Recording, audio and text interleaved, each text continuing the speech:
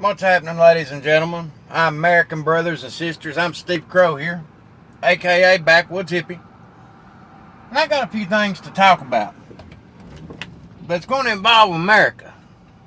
And I think it is very, very sad that more people are willing to stand up and fight over a football team in this country than they are to stand up and fight for this country. To stand up and fight for the colors and the flags and the pride that comes with being an American. I sure as hell don't mind it. I love my American pride. I always got my red, white, and blue shirt on. I always got me a red, white, and blue bandana on. And today I'm actually sporting the colors of the red, white, and blue Rebel. Because why? Because it's part of America. Now, many people got their debates over the Rebel, but let me tell you, to a lot of those people back in, it was a rebellion against a tyrannical government, is the way that they felt about it. Whenever it comes down to it, you want to know my philosophy on it? There was a bunch of Democrats in charge that was in charge of the South, primarily the South. And what happened down there? The Union was wanting to tax the hell out of everything.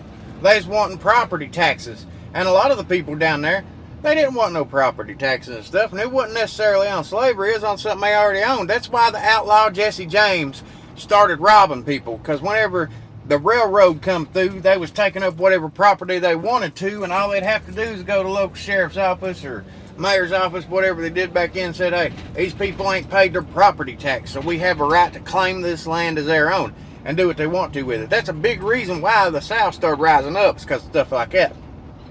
But you see, just like today in time, you got special donors, special interest groups, money going into the government. Money going all into the government, into the politicians' hands. Back then, the rich, white slave owners was the ones that was hanging out with those politicians and paying them money to do what they wanted done. And they're the ones that influenced the governors, the senators, and everything else for succession. They wasn't no media. They wasn't no news outlets. They wasn't no big-time telephone, cell phone, all that jazz we got today, all right? So what happened was they had word-of-mouth Pony Express. Whenever they would talk about stuff and they'd talk about issues, it was by word of mouth. Or by mail. That was Pony Express mail.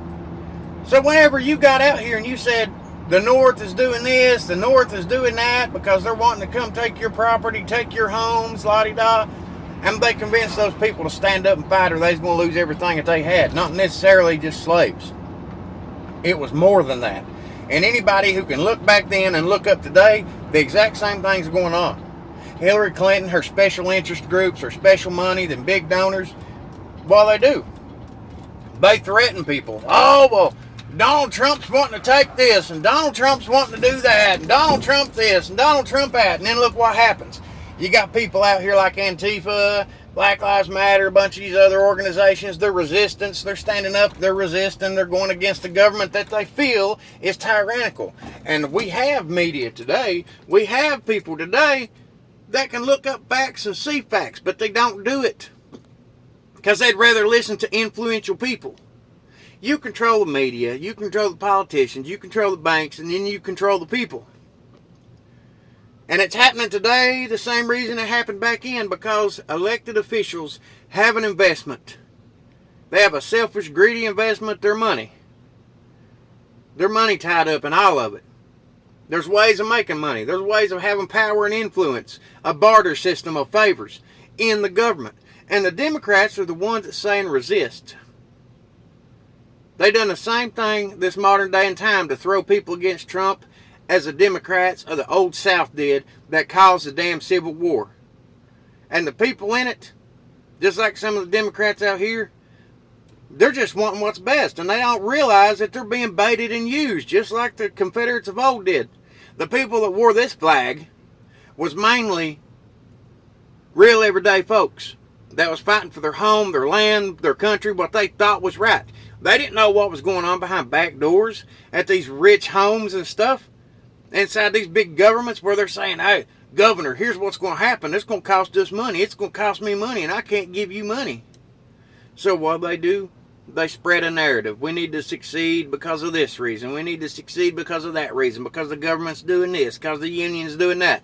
Same shit's going on today, just different time. Same stuff happened back then. So this flag means a lot to a lot of people because they were rebelling on what they thought was a justifiable reason to rebel.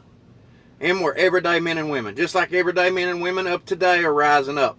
If there was to be a war today, what would it say in the history books 150 years from now? Them trying to paint Trump and the Patriots and the Union as bad. And whenever it comes down to it, Lincoln only freed them in the South. He only freed the rebelling states. If it was a neutral state, like even Kentucky, it did not include them. They weren't considered a rebelling state, so they were still allowed to own slaves. You see, he didn't do it for the whole Union. He did it down in the South specifically so that they would have a rebellion against the Confederacy. So it would cause tensions. Lincoln said himself that if he could restore the Union and keep slavery, that he would do it. He would do whatever it took to put the Union back together. That's what a real president does. But everybody trying to paint him as a great emancipator, you got to look at the times and understand why this shit really happened. And it really happened because of greed. Because of greed and politics, just like it is today.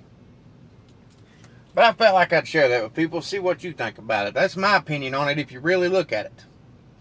Yeah, I'm Steve Crow.